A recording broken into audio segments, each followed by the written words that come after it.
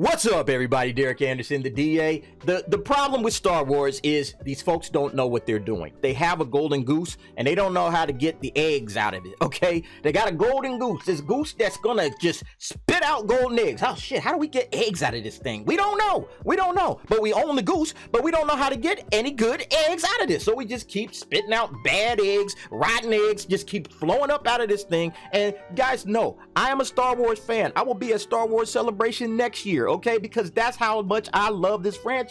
I love this franchise. It is the hill that I will probably die on, but that don't mean that I'm not going to be critical of the franchise. I'm going to be extraordinarily critical of it. And I'm going to continue to be critical, not just because I don't hate Star Wars, because I know what Star Wars is and how good it can be and how it should be, all right? How it should be way better than what Disney has given us, okay? So I'm going to stay cracking on it with the hopes that someday, somehow, all of my energy and feelings and passion about this particular franchise somehow bubbles its way over to Burbank, gets over inside the heads of all of these Disney folks that are in control of this franchise, and either number one, they say, you know what, let's just give this to the people that actually care about it. We actually don't care about it. Come on, let's sell Lucasfilm to somebody else and let them have at it. That's a fat chance that's going to happen, but nevertheless, that's a hope. Or number two, hey, let's actually start talking to these fans. Let's bring in the true passionate fans that really absolutely love and will die for this franchise, and let's ask them, what do we need to do? What do we need to do to get this thing on track? Disney's mismanagement of Star Wars, brutally explained by an industry insider. Of course, this is on Screen Rant. You guys can go check out that article. Although Star Wars has released several successful series on Disney Plus,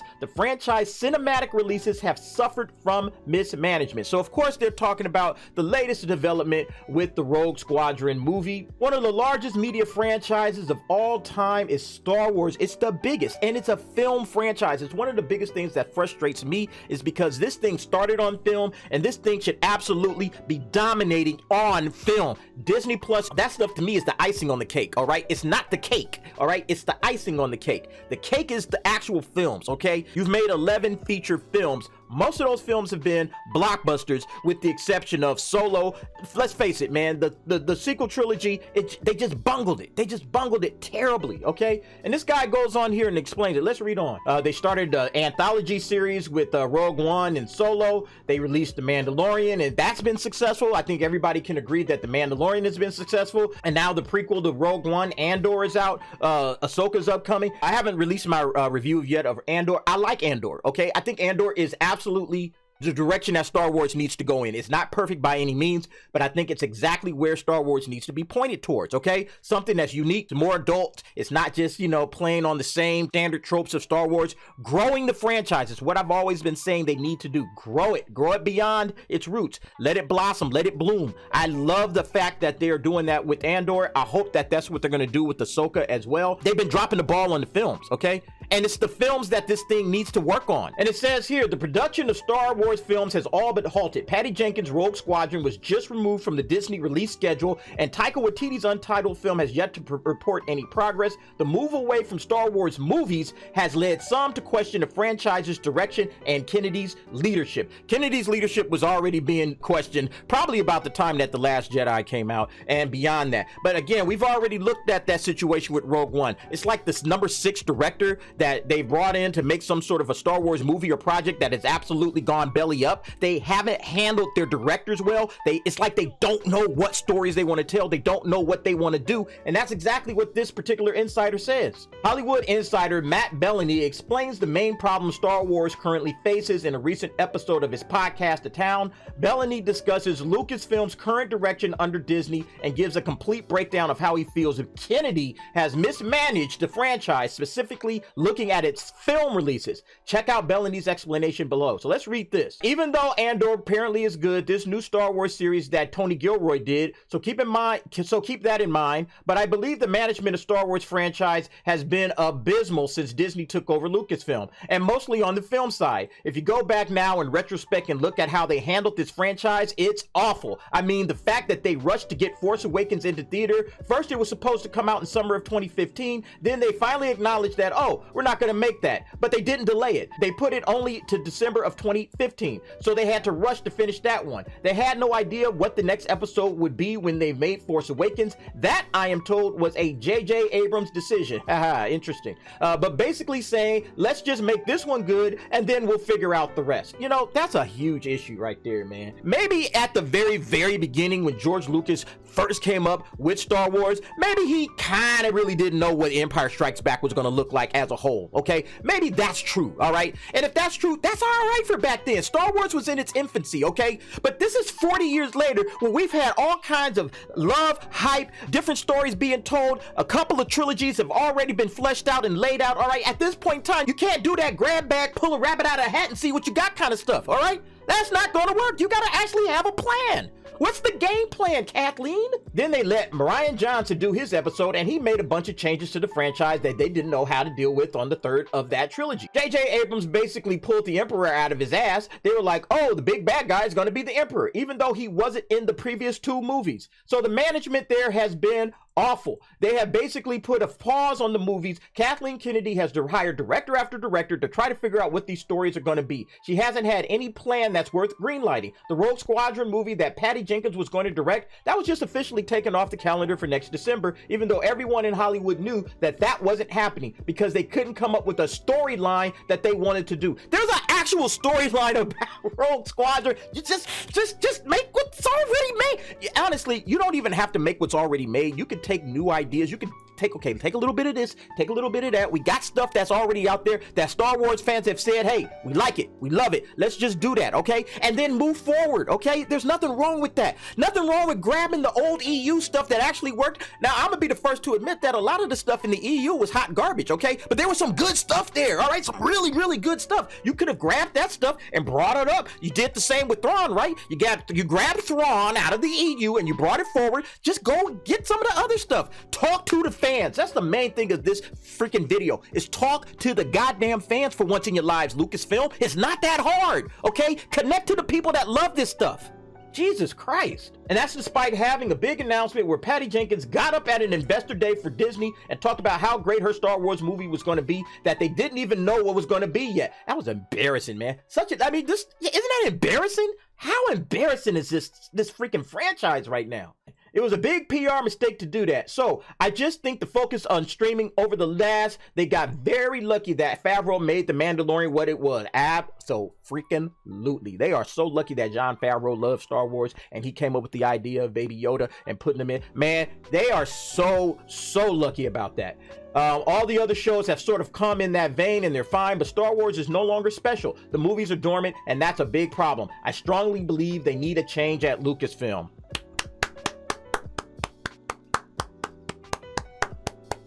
And look, I'm not saying anything, and this guy's not saying anything that other channels, other commentators have been saying over the last 5 to 6 years, that this thing is just going belly up, is not working. Whatever's going on over there at Lucasfilm, they got to get their heads out of their asses. And again, I have no hate towards anybody over there as far as people are concerned. They're probably wonderful people, nice people, but the bottom line is they are just fumbling this franchise, okay? They were given the ball at the 3-yard line, and now they're sitting at the 20, all right? They're going backwards. They're not figuring out how to finish this thing. A lot of my Star Wars buddies, a lot of my Star Wars friends, they don't like what I say, okay? All right, so if you're one of my friends watching my video and you see me sitting up here ripping Lucasfilm constantly, you guys, I understand, don't like what I have to say, but this is coming from a place of loving Star Wars for what it is, okay? I even defended The Last Jedi as long as I possibly could, but after a while, it's just like, man, this thing just didn't work on so many levels, and there's so much that they could have done with that movie, okay? With the concepts. There were things they could have done that they just chose not to do. It's